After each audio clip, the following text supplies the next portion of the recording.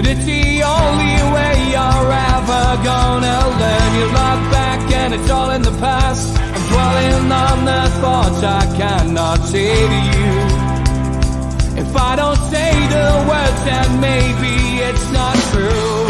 And it feels alright when they come and say to you. Good morning, welcome to NUFC Matters with me, Steve Wraith, and it is Tuesday morning, which means I'm joined by Gregory. Morning, Ross. Morning, Steve. Morning, everyone. And it's Happy Valentine's Day, Ross. But I guess you and I are too old now to be getting loads of envelopes through the door. I think it would upset our missuses. It probably would, yeah. I mean, I've had to put a block on, obviously, the Royal Mail coming up the road. I don't want them blockading the rest of the street for everybody else, but with a lorry. But yeah, it's Happy Valentine's Day to everyone. Happy birthday to Mr. Kevin Keegan as well. Well, I think that's why me and Warlast stopped celebrating Valentine's Day, because I always used to say Happy Kevin Keegan's birthday. It didn't really go down well in the house. And of course, happy birthday to Mirdad as well. It's Mirdad Gadusi's birthday on the same day, 14th of February. Excellent. So, yeah, double-barreled birthday celebrations in the black and white quarter, and plenty to talk about as always. Open to you with your suggestions. Chuck in a few questions for us if you feel that you need to ask Ross something today. And just looking back at the weekend, Ross, 1-1 against Bournemouth. Look, it is what it is. It was a below par performance by Newcastle, but once again they got the point on the board. Yeah, it was a frustrating evening. I think for both obviously the players and fans, supporters watching, management, the coaching staff, everyone around Newcastle. I think going into the game, there was a lot of high hopes. Bournemouth are having a tough start or a tough spell at the minute, and I think we'll probably end up going down, if I'm being honest. And it's those games that you have to kind of target for 3 points if you want to have any chance of finishing in the top four, any chance of qualifying for Europe. So it was frustrating. It wasn't. You're right in using the word kind of below par. That's 2 or 3 games recently that Newcastle have been a bit below par, and it starts to become a little bit of a concern. Nothing to really panic about or worry too much about. And it's all got to be put in context to where Newcastle are at this point in the season, and the fantastic first half of the campaign that they've had. And there was always going to be a kind of a little bit of a blip and a little bit of a drop off, whether that's coincided with reaching Wembley and reaching the final of the Carabao Cup, and maybe some of the intensity levels have dropped off a bit. That could be a reason. It might be that the players are just not in the best vein of form that they've been in. It might be that there's 1 or 2 little injuries and niggles and things like that which have cropped up, and also a fact that other teams might be getting a little bit wise to how Newcastle play. But Saturday for me was below par. It was frustrating, and we just got to hope that the next week or fortnight they can pick them levels back up and get to the standards that they showed before Christmas.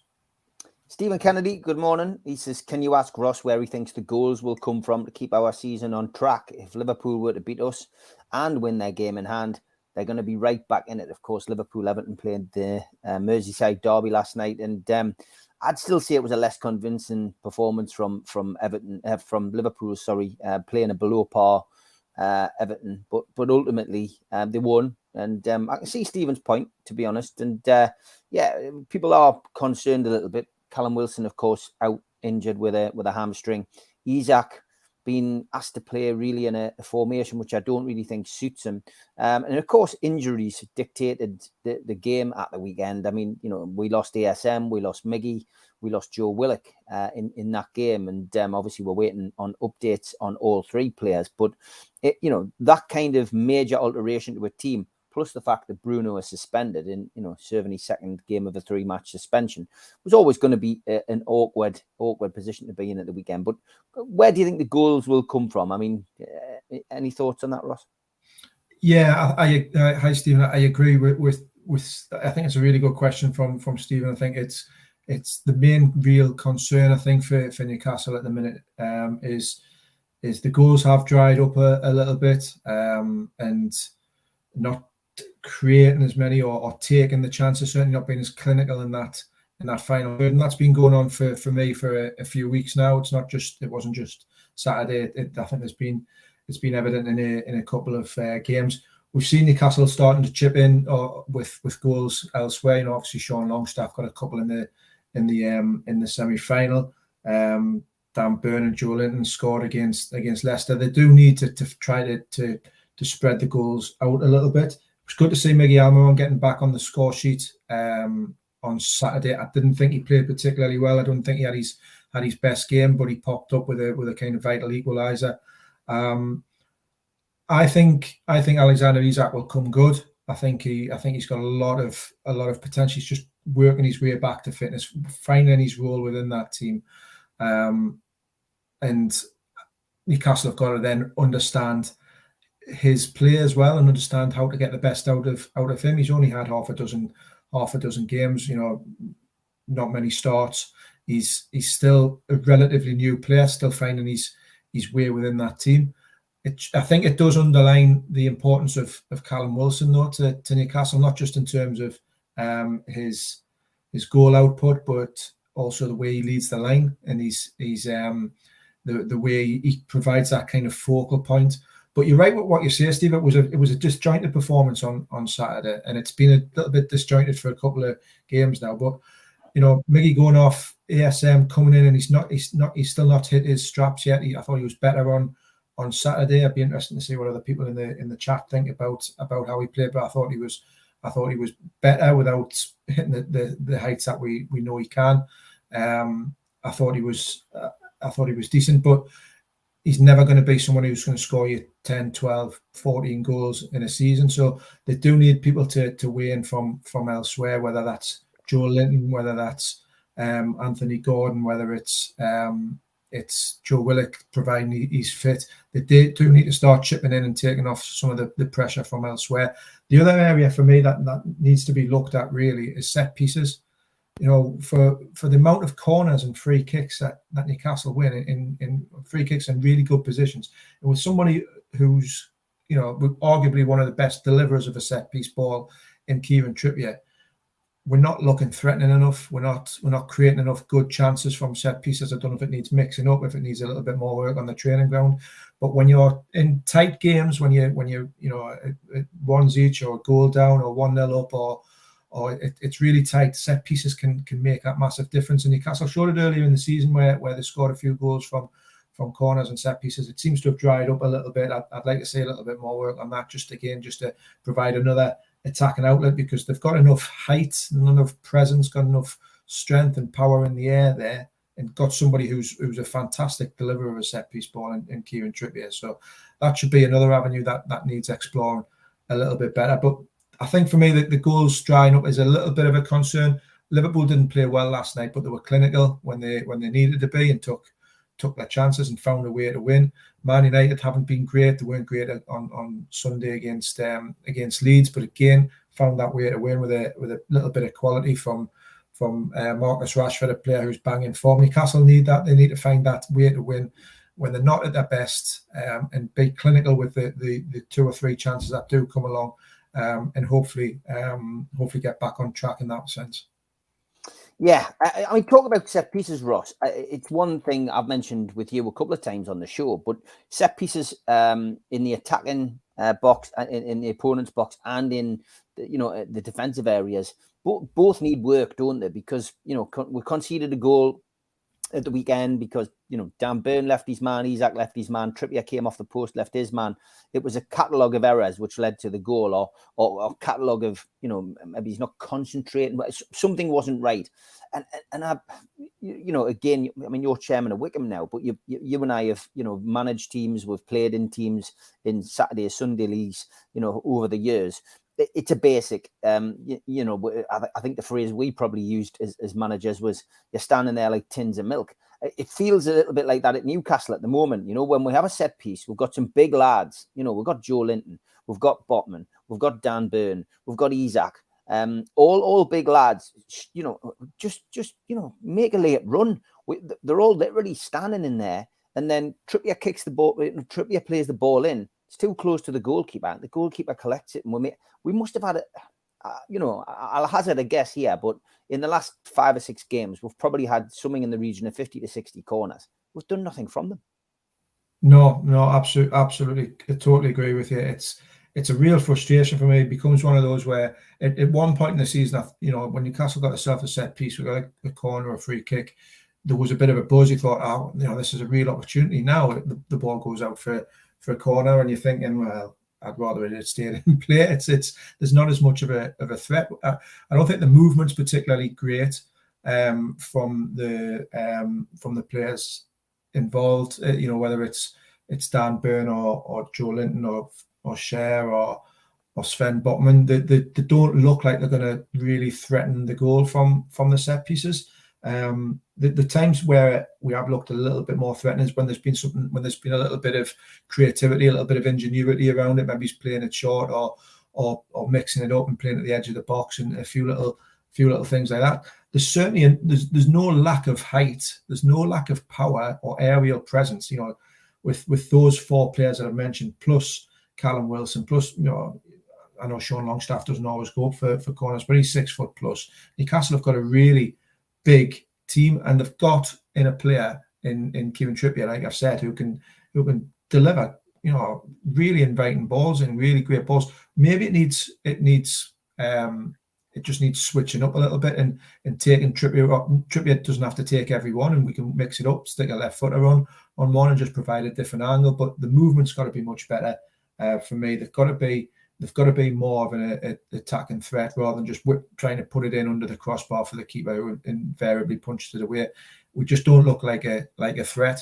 And like as you rightly pointed out, Steve, the flip side of that as well, at the other end of the pitch, 2 goals in 2 games from set pieces, from corners, is a little bit of a concern. Again, with the size and the presence that Newcastle have, they should be a lot more switched on. But it's not necessarily about the height of the players. It's about concentration, focusing on the job, making sure that they stick to their man. So a couple of just little things at both ends, which may sound like you're picking holes, but this is top level football. You're challenging for a top 4 place. It's going to come down to real fine margins. I think Man United are in a really good vein of form and look like they've got that momentum behind them. There's going to be one of the chasing pack, one of the teams below Newcastle who come out of that pack and put real pressure on, whether it's Spurs or Liverpool or maybe it's Chelsea. I doubt it, but probably Spurs or Liverpool will come out and put real pressure on Newcastle, and that's where the frustration lies a little bit. I think is got themselves into such a strong position. Spurs lost again at the weekend. Newcastle playing in the later kickoff, real opportunity to just put a little bit more daylight between the 2 clubs, and added a point. And if you can't win, don't make sure you don't get beat. That's great, but we need to start turning some of those draws, which we've had far too many of, 10 or 11 now, into 3 points, and that will then increase the pressure on Spurs and Liverpool rather than them putting the pressure on us.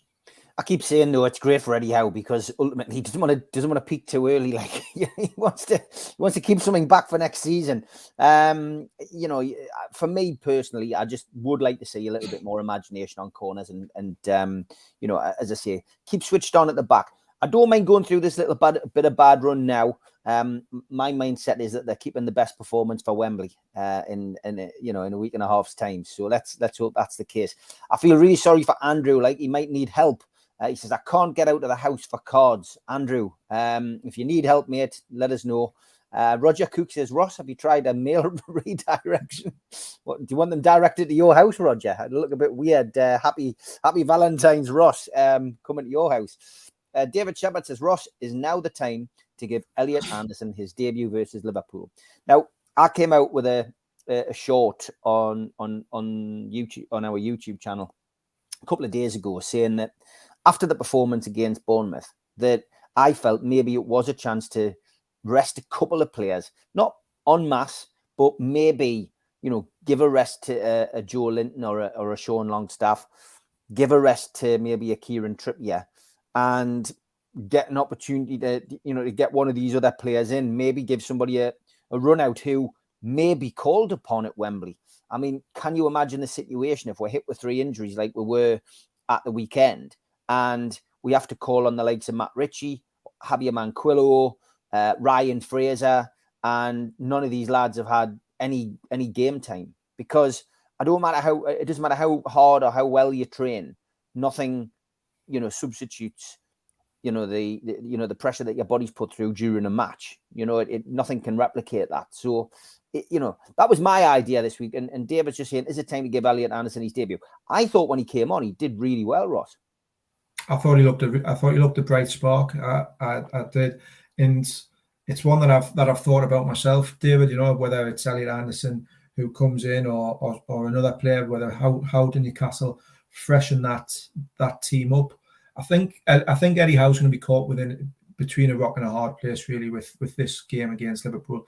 If it hadn't been Liverpool, I think he might have been a bit more tempted to change 1 or 2 players. But it's all of a sudden it's become a big game with Newcastle just stuttering slightly and Liverpool obviously winning last night. It becomes a bit of a bigger game in that kind of hunt for 4th place.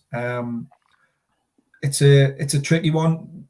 I think because of the limited resources that we have in the midfield area, which we may come on to in more detail later. But obviously Bruno being suspended, he's still going to be suspended for the Liverpool game. Joe Willock, I don't see being fit. I think that's fairly obvious that his hamstring injury is going to keep him out and potentially keep him out of the Wembley fixture as well, which would be a real blow for him. But I think he's going to be out. That leaves Newcastle really short on options in that centre of the park. And you saw on Saturday that the way the setup once Joe Willock went off with Anthony Gordon coming on and playing almost as a 10, it was a bit of a change of system. We haven't seen that system before, with almost 2 holding midfielders, Joe Linton and Sean Longstaff dropping a bit deeper, and then Anthony Gordon playing as a 10 rather than kind of having 2 8s, which Newcastle have been playing with. It needed a change of system because they're so light in that centre of the park. I think there's a couple of players look a little bit leggy, look a little bit that they need a freshening up or need a bit of a rest. The problem is that there's not a lot of options to bring in there for Eddie Howe, and he's going to have to balance that up between keeping the players that he wants on the pitch and thinks that he can get that result against Liverpool, and probably looking after a couple. I've gone slightly off track there, but to answer the question, I suppose for me, Elliot Anderson deserved his run out. Had a really good run out on Saturday and looked like a bright spark. I would play him on Saturday against Liverpool. I would throw him in there as a straight replacement for Joe Willock and play him in one of those 8 roles. I don't think Eddie Howe will, though. I think Eddie Howe might start Anthony Gordon in that centre mid. But then again, it depends on what happens with Miggy Almiron and ASM's knocks and whether they're fit again, because Gordon could obviously go out into one of the wide places. I think Gordon will definitely start against Liverpool. I would start Elliot Anderson as well, probably, but I'm not sure Eddie Howe will. We'll have to wait and see. Yeah, it's an interesting problem to have, but yeah, I think Elliot Anderson is edging closer. And I think in the press conference a couple of weeks ago, he did say that the fact that they hadn't put him out on loan, ultimately, from his perspective, it showed that they have got faith in him and they feel as if he is worth a shot at some point. It's up to him to get in. And D, good morning. He says, "Morning, lads. What about a free loan signing or get the lad back from Hearts?" Garen Quall, I mean, not a massive game time up there. He has featured as a substitute a few times as well, but it's early days for him. And again, he's a work in progress, I guess. Loan signings, free agents and stuff is still a possibility. I mean, are the club that desperate yet, Ross? I don't think they'll go down that route. I think it's a potentially a route that you can look at. But I don't see Newcastle going down that route. I don't think there's maybe it's the quality or the right fit of right type of player that they'd out there available at this minute in time that they'd want to bring into this squad. So I don't see that. Garen Quall, yeah, I don't see him coming back from Hearts either. And to be honest, he can't get his game at Hearts at the minute. He played on at the weekend, Friday night, I think. Well, he didn't play Hearts Hearts played against Hamilton, and he didn't get off the bench. So I think he's probably best just staying at Hearts and trying to acclimatise, trying to find his way into the team there. And he's probably not the type of player that Newcastle really need at the minute. I think it's more that central area, that centre midfield area that looks weakest at the minute. Bruno coming back for the final will be massive. Will be a massive bonus. Not just because of the type of character and the player that he is and the quality that he is, but because of the influence the impact that he has on the players around him. It allows Newcastle to play that system that Eddie Howe likes. He can play in that base. It releases Sean Longstaff, who I thought was actually one of Newcastle's better players against Bournemouth. Thought he had a really good game, but it allows him to move into the role that served him so well previous this season and press higher up. I don't think Newcastle pressed Bournemouth particularly well on Saturday from that midfield and front areas, whether that's because they were a little bit leggy or whether it was because of the system a little bit. But they lacked that little bit of intensity, and I think Sean Longstaff's really important to that when he's got the knowledge of Bruno in behind him as well. So I don't see Newcastle going down bringing in a free agent or recalling anybody from on. I think they'll try and muddle through with the players that they've got for the next couple of weeks. Yeah, it's going to be interesting to see what happens with those. David John Cook, good morning, says, any updates on the injuries, Ross? I've not heard anything, I've got to be honest, although Willock, as you've already aligned to there a little bit earlier, it didn't look good, did it? I mean, that probably will at least keep him out of the cup final. Yeah, I've not heard any updates since Saturday.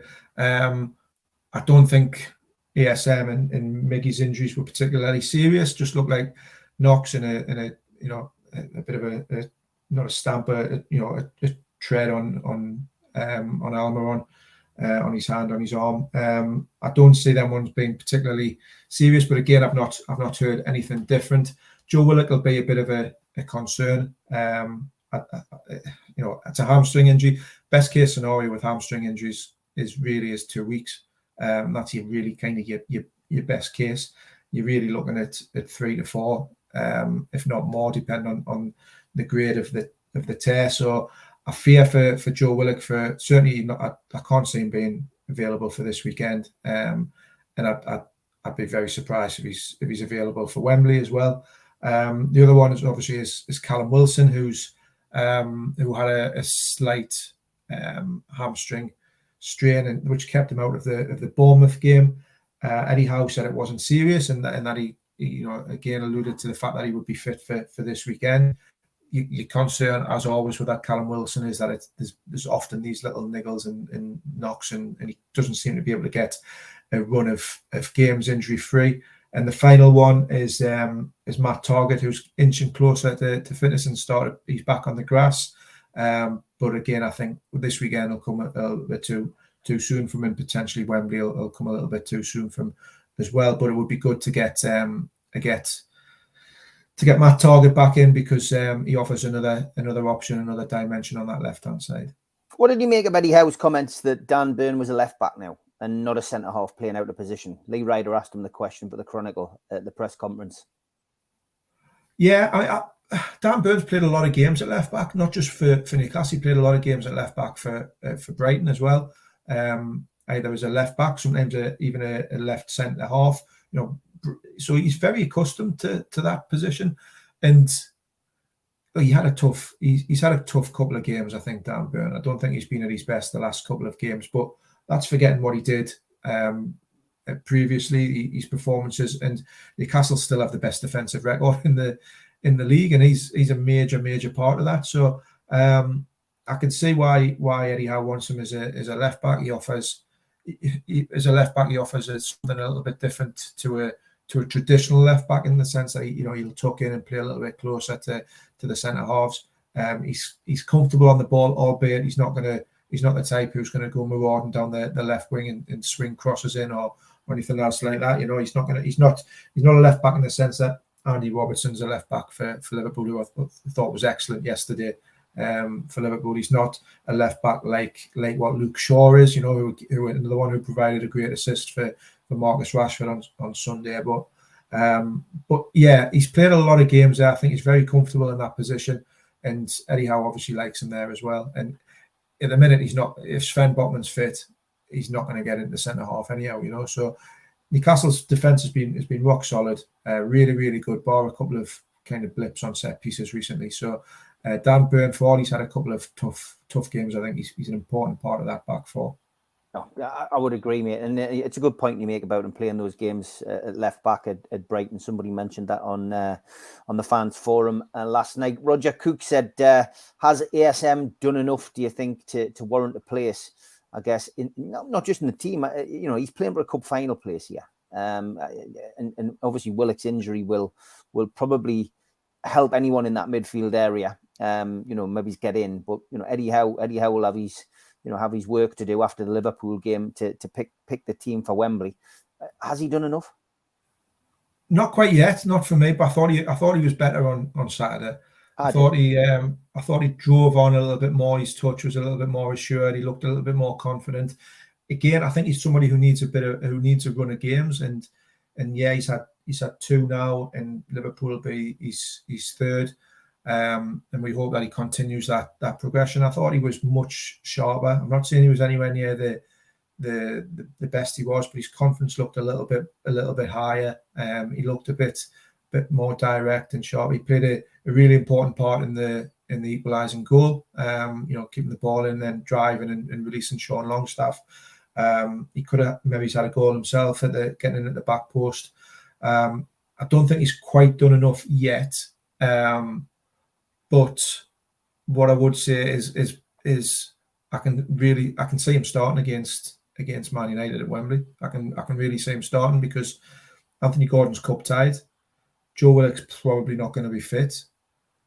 That means Joe Linton will slot into the centre midfield area, and that leaves one position really, unless you play Isak and Callum Wilson. Isak out left and Callum Wilson through the middle if they're both fit, but it really leaves one position up for grabs at the minute, which is that left wing slot. So I think ASM will play at Wembley.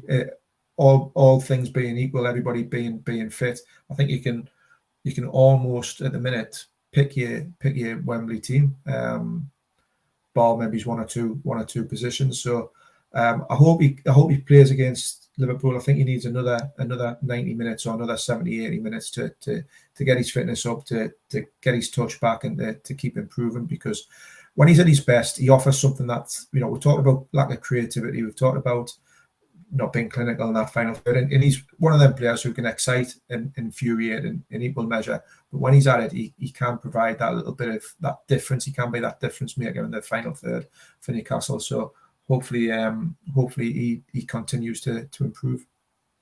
Darren Lee says, I'd like to see us get a result against Liverpool. This month feels like points dropped against West Ham and Bournemouth. To keep our top four dreams alive, we need at least 7 out of 9 points this month, really. I say 7 out of 9, but that's not possible now. Rob says, the team will click at the final. They'll gel as a team. Sit back, relax, and enjoy. Always believe. Cheers, Rob. If you haven't caught Rob's Rock and Rob's music video that we've stuck up on the channel, then check it out. We'll probably play it on the Amigos on Friday to finish the show as well, but it's going to be a regular feature. Good to have Rob on board with everybody. Morning, Jules. Hope you're well. David John Cook says, I've entered the Chronicle draw for cup final tickets. Watch me chances, Ross. If I'm being honest with you, David, your chances, you've got to. Last time I checked, we had 15,000 entries. So wow, how many tickets are you giving away? Just one pair of tickets, and we've had 15,000 entries. I don't know. It's closed now. It was 3:00 yesterday. The competition closed. I don't know who's won it yet, but it shows the interest. It shows the how many people are wanting tickets. So thanks very much you've got to be in it to win it, David. You've got to be in it to win it. Exactly, mate. Good luck. Okay, halfway through the show, time for the ads. Thanks as always to our sponsors, Skips and Bins, telephone 0800 25 45 25 3, email inquiries at skipsandbins.com, website skipsandbins.com, easy contract free and pay as you go waste collection. Thanks to Mr. Vicky's sauces, handmade in Cumbria. You can find them at mrvickys.co.uk, email info@mrvickys.co.uk, or telephone 01768 210 102. Thanks to Blowhole Brewery. You can find them at blowholebrewery.co.uk. Beers brewed on the River Tyne. And thanks to United Group Travel Limited, UK Coach Holidays, based in Morpeth, telephone 01670 362 460 and mobile 07957 141 654. Graham, your driver, Beverly answering your calls, looking after you on your tour. Thanks also to 3 Property, who specialise in sourcing investment properties for their clients who are looking to invest in the North East. They offer a full in-house service from sourcing the deals to managing the properties for you. They've done over 100 plus deals in the past 12 months for clients all over the UK. Give the guys a follow on Instagram, matty.patter_northeast property and phil.reed_northeast property, or email phil@3property.co.uk if you're interested in getting a good property deal. Thanks to qtechshop.co.uk, the makers of pool tables and snooker tables in Wales and Newcastle, and the guys who run our website, nufcmatters.com. Thanks to Media Arts for all the help with the videos and the technology side of things. If you want to subscribe to the channel, hit the subscribe button underneath the video today. Hit the thumb up to like the channel and click share to your social media. We're also available as a podcast on iTunes, Spotify, Podbean, and the rest. If you want to become a member, you pay a £25 one-off fee, and you can go to the website, nufcmatters.com, and find membership pack, or put your smartphone over the QR code, and it will take you straight there. If you subscribe, we do give you a free car sticker. All you need to do is email john@nufcmatters.com, and he'll post you one out. We also support the food bank on this channel, nufcfansfoodbank.co.uk. You'll find the match day bucket where you can make a virtual donation. We've also got some events coming up over the next couple of months. First off, we've got an evening with Steve Howie at the Tyneside Irish Centre, Friday the 24th of February. Tickets are available from our website, nufcmatters.com, and they are priced £15, not $50, as you can see on the poster. An evening with Nobby Solano is also at the Tyneside Irish Centre, Saturday the 25th of March. Tickets are £15. Book now at nufcmatters.com. And an evening with Frank Clark and John Gibson, Thursday the 20th of April, again at the Tyneside Irish Centre. Tickets are £15 and you book now at nufcmatters.com. Supermac and John Gibson will also be at Felon Cricket Club on the 16th of February. To buy tickets for that, contact the venue direct. We've got a whole host of t-shirts available from our website, nufcmatters.com.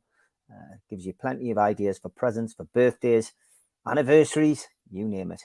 Get your Anthony Gordon t-shirts and your Wembley t-shirts today. And for those of you who keep asking how far we are away from 50,000 subs, 97 now, so not long to go, and looking forward to hitting that 50k mark. It's been a wonderful journey. Just want to thank all the people who take the time to watch the show, and obviously the moderators in the chat as well, and all the guests who've come on over the last few years. It's been a great rise through the numbers, and let's hope we can continue creating some great content. Darren Lee says we need someone to step up with the goals like Man United are seeing with Rashford. I would agree with that, mate. I agree with mixing up the free kick takers, says Rob. ASM has made a few decent tackles of late, but he is now confused. Is he now confused within his role, says Roger?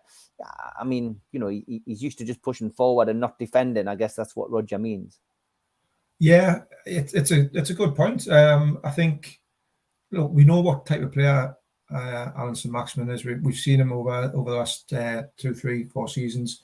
He's a bit of a maverick. He loves to take players on. He holds onto the ball sometimes a bit too much, but equally then can also draw 3 or 4 players out of position because of his ability and his skills. He hasn't always been the best defensively in tracking back, but if you read some of his comments and his interviews that he's done recently, he has talked about that defensive side of the game, and he's obviously trying to fit into Eddie Howe's philosophy and Eddie Howe's system in the way that he wants Newcastle to be set up and the forward players to play. So I think that's all power to him. He's obviously working hard. The risk that you have with that is that you take away some of that other element with him, that individual creativity or whatever. You can maybe coach that out of him and make him kind of less of a maverick. But we've seen with other players, that you need to have that balance to you play. Hatton Ben Arthur is possibly the most, certainly in the top 3 most talented players I've seen at Newcastle, but didn't want to be a team player, didn't want to fit in with the rest of the squad and the rest of the system and everything else like that. And you can only carry those players for a certain amount of time. So I think Maxie's going to have to get used to this way of playing in this role where he's been asked to do slightly different things than what he's been done. But the bloke looks like he's wanting to do that. He looks like he's wanting to play. It looks like he's wanting to learn and adapt and force his way into Newcastle's team on a regular basis. So I think that should be appreciated. John Askew's asking a couple of questions about players. I mean, you can only give your opinion, Ross. He says, why does Eddie prefer Murphy to Anderson? I might be wrong, but Murphy seems very limited to me. He might work hard, but does Anderson not provide a bit more overall? And then he says, Ross, what position do you think Isak will end up in? It's lost on me. First one, Murphy. Look, he's a favourite of Eddie Howe's. I think there's no doubt at all that you can see that in the fact that the amount of times he's played him or brought him off the bench, and he's a player that he trusts. All managers have got different opinions on players. Everybody in this chat will have a different opinion on different players. That's the beauty of football. We don't all see it the same way.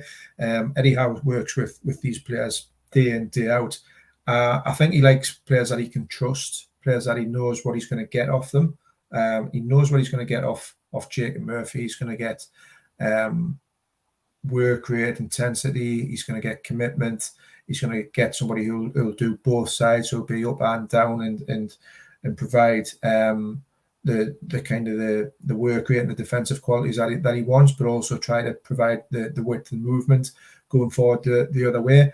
I'm not saying that he doesn't trust Elliot Anderson, but Elliot Anderson's a little bit further down or further away, I suppose, in his development. He's not as he hasn't played as many games as Jacob Murphy. But I do think he's going to be somebody who Eddie Howe comes to rely on, hopefully in the next couple of seasons. Just needs to develop him. I can certainly see why he likes Jacob Murphy. I like Jacob Murphy up to a point. I think he's honest and he's committed and he loves the club and he loves playing for Newcastle. Yes, we'd like to see a little bit more quality from him sometimes in that final third, but I can certainly see why he's an important part of that squad. As for Alexander Isak, I think he'll end up as a central striker playing through the middle, a different type of striker to Callum Wilson. I know he's got pace and he's quick and he can pull out wide. I think he's best. The times I've seen him at his best is when he's pulled out wide from a central position or roamed a little bit, but I suppose a bit like maybe he's a Thierry Henry or someone like that, without saying he's anywhere near that level, obviously. But I think he's a central striker rather than a winger or a 10, and I think that's where he'll end up. But Newcastle have got to figure out how to release him at the best time, how to get the best out of him, because he's certainly a talented player, but he just hasn't had that run yet. So I think there's a lot more to come from him. BT says, does bringing in midfielder in the summer like Madison pave the way for Anderson to go out on loan for the 23-24 season? I think he sees Anderson as part of the squad. It's a difficult one, isn't it? I mean, he's got to really have a kick on like Phil Foden did at Man City to be considered as part of this squad on a regular basis moving forward, hasn't he? Especially with the money burning a hole in Newcastle's pocket. Yeah, absolutely. I think I don't see him going out on loan now. I think if he was going to go on loan, he would have gone at the start of this season. I don't think he's. I might be wrong, but I don't think he'll go out on loan next season. I think Eddie Howe likes him a lot and wants to develop him, wants to keep him within the squad and continue to develop him. Again, he's another player. I think who, if he got a run of games, then I think we could see something really, really good from Elliot Anderson. I think there's a real player in there, but he's not played a lot of first team football in his career, he's been out on loan once at Bristol Rovers, and that was for kind of half a season. He's not an experienced player. He needs time to develop still. I think he's got all the talent and ability, and hopefully we see that shining through for Newcastle. Some interesting questions coming through. ASM's lack of forward drive is because he's conflicted in how Eddie wants him to play. We touched on that earlier on. Mr. Anderson says, don't you think ASM should put his headband back on? He might turn into his old self. He's covered in bandages, and wearing his headband is something which has become a bit of a trademark. So maybe it would change his form. PDK says, question, who got the best out of ASM, Bruce or Howe? That's a question, isn't it? That's a question. You could argue that Steve Bruce had got the best out of ASM. I don't think we've seen the best of Alan St-Maximin under Eddie Howe. That's for certain. I think he's wanting him to play in a different role. There's obviously been a number of injuries as well. Steve Bruce set his team up. Basically, it was give the ball to ASM and let him go off and take 3 or 4 or 5 players on. Is that getting the best out of him? I'm not sure. It was certainly the tactic that Newcastle had at that point, and it allowed Alan St-Maximin to showcase his skills and his abilities and whatever. But he's still frustrated the life out of Newcastle. They're driving into cul-de-sacs almost, into dead ends, being boxed off by 3 or 4 defenders and not releasing the ball. Look, he's a really talented player, and how he's going to be handled by the two different by Eddie Howe as opposed to Steve Bruce. I would trust Eddie Howe to get the best out of him more than I would trust Steve Bruce to get the best out of him. Morning, lads. Good news on Joe Linton. If he gets booked against Liverpool, he won't miss the cup final, as only straight reds count to missing the cup. Watch him go and get sent off. Well, that's great, Scott. We don't want that to happen. And Little FB proves that he's an old romantic. He says, I'm going to surprise my lass with a table for 2 tonight. I hope she likes snooker. Yeah, that will go down well, mate. That will go down well. Looking at Anthony Gordon's 15 minutes, and subsequently he's thrown into the he was thrown into the mix a lot earlier than probably expected, or a lot earlier than Eddie Howe would have normally done with the injuries at the weekend. How do you think he's performed over those 2 games? I thought he's looked okay. I thought he's looked sparky. He looks like somebody who is thriving being at Newcastle and wanting to show what he can do. He's played in 2 different positions. He's played as a wide man, and he's played, like I said earlier, as a 10. Again, Newcastle have got to get used to him and what he can bring. I'd like to see more of him in the final third, if that makes sense, in terms of a bit more of an output and then product, get himself into that box and hopefully contribute goals and assists. He should have had an assist on his debut against West Ham, but Callum Wilson didn't get his shot away quick enough, which after that fantastic through ball. So I don't think he could have done much more. I think he's been really impressive on them 2 cameo appearances that he's had, and I'd expect him to start against Liverpool, especially with it being Liverpool and being a Scouser, then being a ex-Everton player. I certainly expect him to start against Liverpool, and hopefully he can put on a performance and get that first goal. Yeah, let's hope so, to be honest. Should we achieve Champions League football at the end of the season, what changes could we see to the second 11? I mean, they're certainly gonna have to look at somebody up front, I think, moving forward for next season, and they've already said that the midfield, the midfield is weaker. So I mean, does the Champions League change what kind of players you go for? Probably not, but it changes probably the kind of players that would come here, Ross. Yeah, that's absolutely it, Steve. You'd be able to attract a different caliber, different quality of players.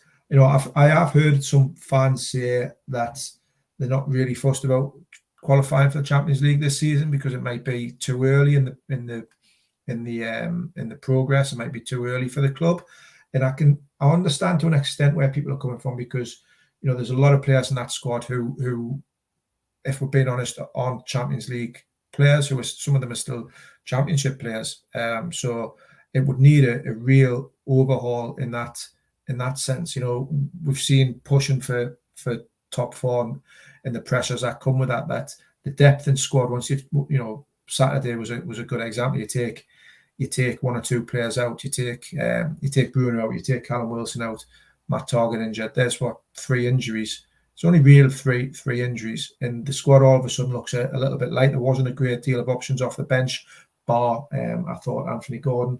Great to see Lewis Miley on that bench getting his place on the substitutes bench. Fantastic for him and his family, and to see him in that position.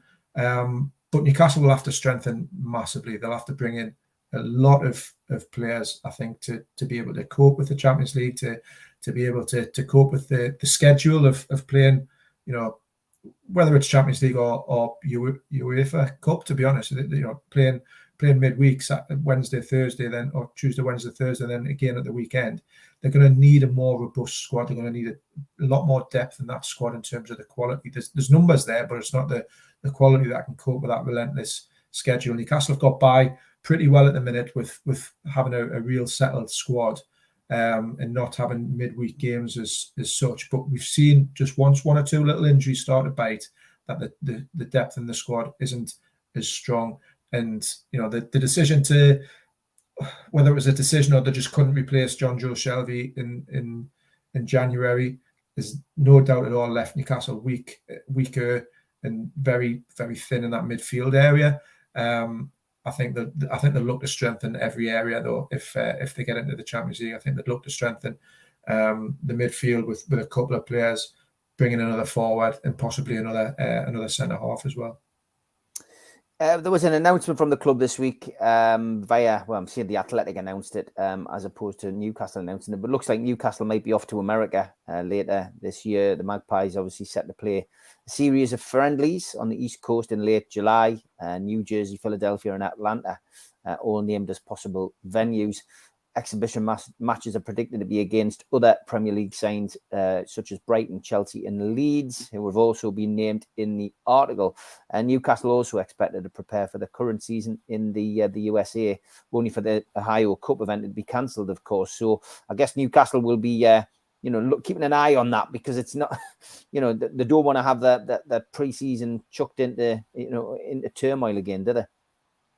No, the plans will already be obviously being made now for pre-season. You've got to get these things planned early, and we know how diligent Eddie Howe is with his preparation and how much he values preparation in terms of games, but also for pre-season and working in the season, and also there's also the commercial elements as well to think about. For Newcastle, as they grow as a club, as they grow as a commercial entity, how they can get more exposure, how they can get into different marketplaces. We've seen them in travel to USA before for games and pre-season, but this feels like on a different level. They're now potentially a major player in the Premier League, in terms of a attractive club for that tournaments, what pre-season tournaments want to have included. So there'll be a lot of work already being done on pre-season, even though it seems like a long time away. These preparations will be starting now. Yeah, I think so. It's just something to look at. The other thing that came out in the press this week was from the Times, that Newcastle will wear black and white at Wembley. How important is that? I think it's important for the fans. I think it's important for the club. I think it's important for the identity. It doesn't really make that much difference to the players, I'm guessing. I don't think nobody really matters. I don't think anybody would be bothered if Newcastle were wearing black and white or white or blue or pink with yellow spots, as long as they win the trophy on the 26th. That's all that matters. But it'd be great to see black and white stripes at Wembley again. And obviously the stands will be covered in black and white as well. So it should make for a really good spectacle. Yeah, good luck to everybody in the ballots as well. I've seen a lot of comments about that. 5 o'clock today, people will know whether they are going to have to tell the man that they're going to Wembley. So good luck to everybody. Scott says, due to our squad being weak and lacking depth, if we get a couple more injuries, do you see Eddie trying to sign a free agent? We've seen him do this before with Loris Karius, for example. I mean, if you know, God help, they do get more injuries, he may well have to do that.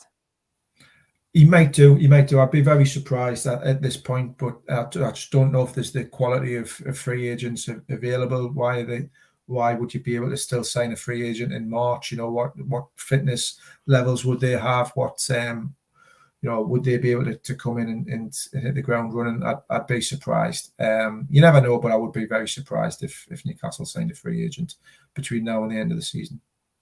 Wesley says, good luck to anyone in the ballot. If you get one, I'll see you down there. How are the lads? Tom's off to watch Dunstan in the semi-final tonight against Spennymoor. So I might see you down there, Tom. I'm not 100% sure yet, but if not, let's hope Dunstan do the business. Shez says, maybe we haven't replaced Shelby because possibly we're going in for a big top quality midfielder before next season. We were never going to get a class midfielder in January at the right price. I would agree with that, Shez, 100%. Aramco are massive in the States. Yeah, I mean, again, lots of people talking about the potential of a big name sponsor coming in, and that name's been bandied around quite a few times. It's only right that we wear black and white, Roger, 100%. Black socks as well, by all accounts. We're loaning our Saudi kit to Man United so they can get a feel for Middle Eastern owners. Yeah, that irony hasn't been lost on me, that if they get Qatari owners, I'm sure everything will be great with that regime coming in. Alan Thompson says, totally agree, Peter G. Massive chance for top 4. Liverpool plus Chelsea have the same seasons. I think not. Top 4 is up for grabs. Simple. And Shez says, Jules, I see that Man United have been linked with a takeover with Elon Musk, treacherous South African. Danny Leeds says, yes, Steve, I'm a big Liverpool Football Club fan and we will beat you at the weekend. I hope you're well. Danny, I reckon it's going to be tighter than that, mate. I don't think it's a formality. And the interesting thing is, Ross, Liverpool, if they did beat Newcastle, would be the only team who can do the double over Newcastle this season. Yeah. I mean, obviously there was the game earlier in the season which they won in deep into stoppage time, and there was no lack of controversy around it. I think it's a really important game for both teams. In some ways, it might be a good one for Newcastle to go into the Wembley final on the back of, to just to sharpen them, to focus their minds, to know that they've got to put in a really strong performance and they can't just coast through. Not that I'm saying that they would coast through, but you know what I mean. It's that bigger game. It's almost a playoff, a European playoff in some ways. A European players playoff to qualify for the Champions League or UEFA Cup. I think it's a huge game. I watched the Liverpool derby with Everton last night. I thought Liverpool were bang average in the first half, but second half I thought, look, taking into account that Everton were pretty dire. I thought Liverpool looked like they had a little bit of that intensity back. That's probably been lacking for them this season. So it'd be interesting to see how they play when they come up to St James's Park on Saturday. They've got a few players back. The Van Dijk was on the bench, Firmino was on the bench, Jota was on the bench. All players who've been out injured. They had a pretty strong squad out. The front three looks. It's got bags and bags of pace with Gakpo and Nunez and Mo Salah. They've got just electric front three. There's probably not a quicker front three in the league. So Newcastle will have to be, I think, at their very, very best on Saturday to get a win against Liverpool. But it's not beyond the realms of possibility, especially with the home form that Newcastle have showed recently as well. Michael says he's got his Wembley t-shirt. I love it. There we go. Tell me more. Carabao Cup final t-shirt. It's got the road to Wembley on the back. Tune on tour. You can get them from our website, nufcmatters.com. So pop on if you want one. VAR better not be, as it wasn't. Yeah, VAR caused all kinds of controversy at the weekend, Ross, didn't it? Thankfully, not in our game. What the heck was going on there that weekend? It was scandalous, wasn't it? Absolutely scandalous. If you're an Arsenal fan and you're pushing for the title and you get done with a goal like that, dear me, absolutely incredible. And then, for similar to happen at, in the Brighton game and then even the Chelsea handball. I mean, there were just some absolutely shocking decisions, and it's not necessarily VAR. It's the people who implemented it. It's still human error. It wasn't VAR error. It was human error. Not drawing lines. Not looking at it in the right way. Not using it in the right way that it should be. So, absolutely scandalous, some of them decisions. And the referees association will be absolutely praying that it doesn't impact the title race or a place for Europe at the end of the season, because they were shocking. Yeah, I would agree. Croc, just to put your mind at rest, you're watching there saying that you're fearing Big Joe getting booked and missing the final. Because all cards were in the Premier League, then only a red card against Liverpool means he misses the final. So just put your mind at rest there. Just looking ahead then, Ross, before we finish the show, Newcastle play Liverpool this Saturday, 5:30 kickoff, St James's Park once again sold out. And this is the only defeat that we've had in the Premier League. 17 Premier League games unbeaten since the 2-1 defeat at Anfield in August. Controversy surrounded that with VAR as well. Early team news, of course, we know Bruno is still suspended. This is the third of his 3-match ban. We're not sure what the situation is with regards to Callum Wilson or the other 3 players that went off injured, of course. We'll find out more in due course. Jamal Lascelles is also uncertain. He failed to feature in the squad or training last week. Matt Targett's back in training, but I think this game will come too soon for him. Javier Manquillo remains unavailable. And as for Liverpool, well, they won 2-0 in the Merseyside derby last night, and team news, of course, will be announced later. Too early for referee or VAR news as well. So, Ross, always exciting games these, whether they're home or away. Newcastle, I guess, will be looking at this game with a little bit of revenge in mind. Absolutely. I think it's like I've just said it. I think it's a really, really big game for both clubs. Look, it's the only defeat Newcastle have had in the Premier League this season. Liverpool haven't been the force of old, haven't been the force that they've been in previous seasons. But they're still an absolutely top class outfit when they get it right. You look at the team that they had last night, and Gakpo looked sharp, Núñez looked sharp, Mo Salah was back on the score sheet, Andy Robertson was flying down that left wing, Trent Alexander-Arnold at right back. I do still think they've got a few defensive weaknesses, which we hope Newcastle can capitalise on. And the midfield is good, but it's not. It doesn't have the legs and the intensity that it had of old. But having said that, the young 18-year-old lad whose name I can't pronounce was fantastic for them last night in the derby. He looks like a real prospect, and they had some strength on the bench as well. Like I've said, Van Dijk and Jota and Firmino and Harvey Elliott and one or two others who can come off that bench. It's real. There's some real quality in that squad and real depth in it as well. So I think it's going to be a real tough game. Unfortunately, I say there's been another draw. And maybe it's a 1-1 or a 2-2 draw.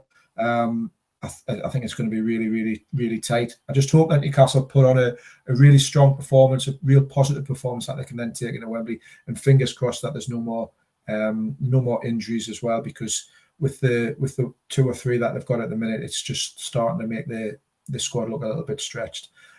Again, the other thing that I hope is that Newcastle don't go in a little bit timid as well with one eye on Wembley. I might be wrong, and I might be doing some players a disservice, but I've just seen the intensity levels just haven't been quite as good, I think, in the last couple of games, whether that's players affected by Bruno's red card and thinking, well, I don't necessarily want to make that tackle in case I get a red card and I'm suspended for the final or bookings or whatever. There just hasn't seemed to be that aggression and that intensity that we've come to associate Newcastle with earlier parts this season. So I hope they get back to that.